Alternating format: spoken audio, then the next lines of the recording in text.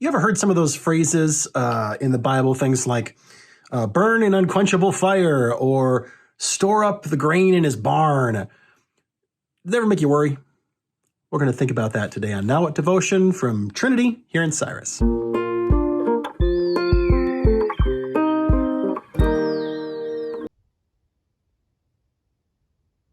I've got a little time on my lunch break here, and I'm putzing on a antique clock I ordered. And when I got it, it would run for just a little, and then it would stop. And you've heard me, I'm sure, blab on about this at some point.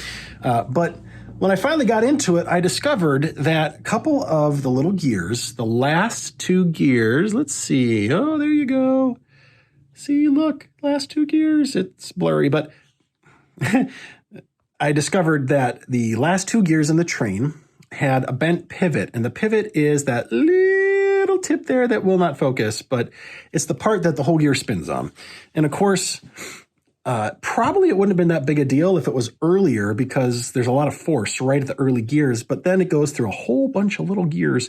And by the time it gets to that last gear, there's not a lot of power left. It's all been eaten up with friction. And those last two little gears had bent pins. Well, I tried to straighten the pins out, and of course, they busted right off. So then I found this clever little guy solution who on eBay makes an end that you can put on. So I dressed up the end, slid it right over there, got it to the right size. I'm going to put it back together here. Only I need a different drill bit to get the right size hole for it to fit perfectly. Because if it doesn't fit perfectly, and if it slips around, the gear will go up and down in there, and the clock will stop.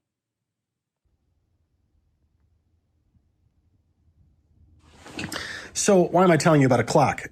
Hi to the jackalopes back there on the other side here in my office.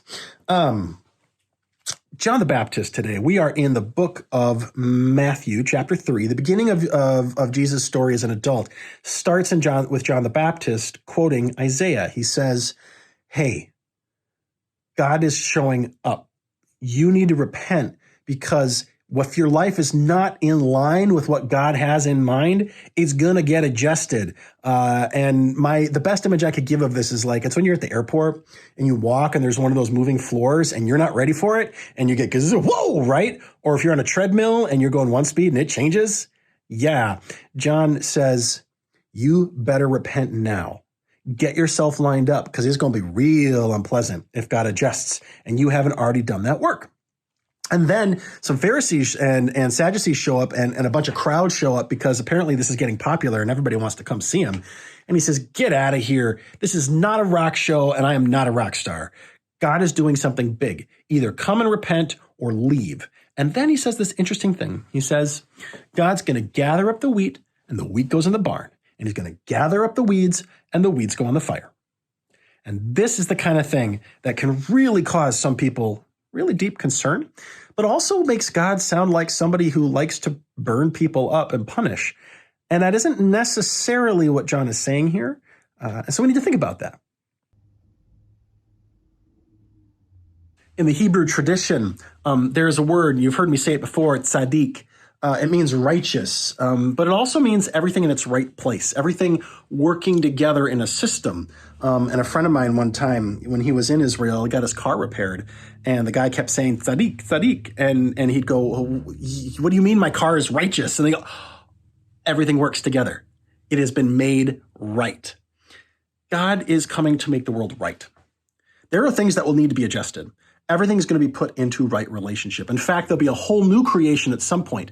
Until then, as Christians, we are to be trying to put things into right relationship with one another.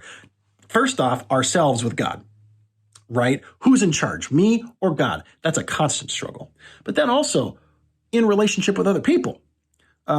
Forgiveness and confession of sin, those aren't like things you do to be holy. Those are necessities of being in right relationship with other people, because we sin all the time. We have to confess it, and we need to receive forgiveness all the time or give it to others.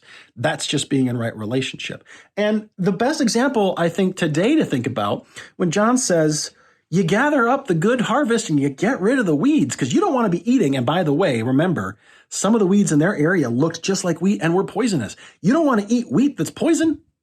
You gather up the good stuff. You burn the weeds so they don't get confused, so they don't rot and wreck your good harvest. Same thing in the community. That being the case, this Advent, we look for Jesus to show up, to come into the world?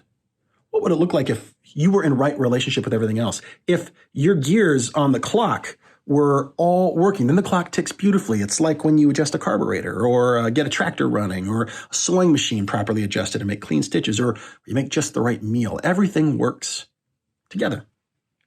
I'm Pastor Chris at Trinity Lutheran in Cyrus, signing off for now.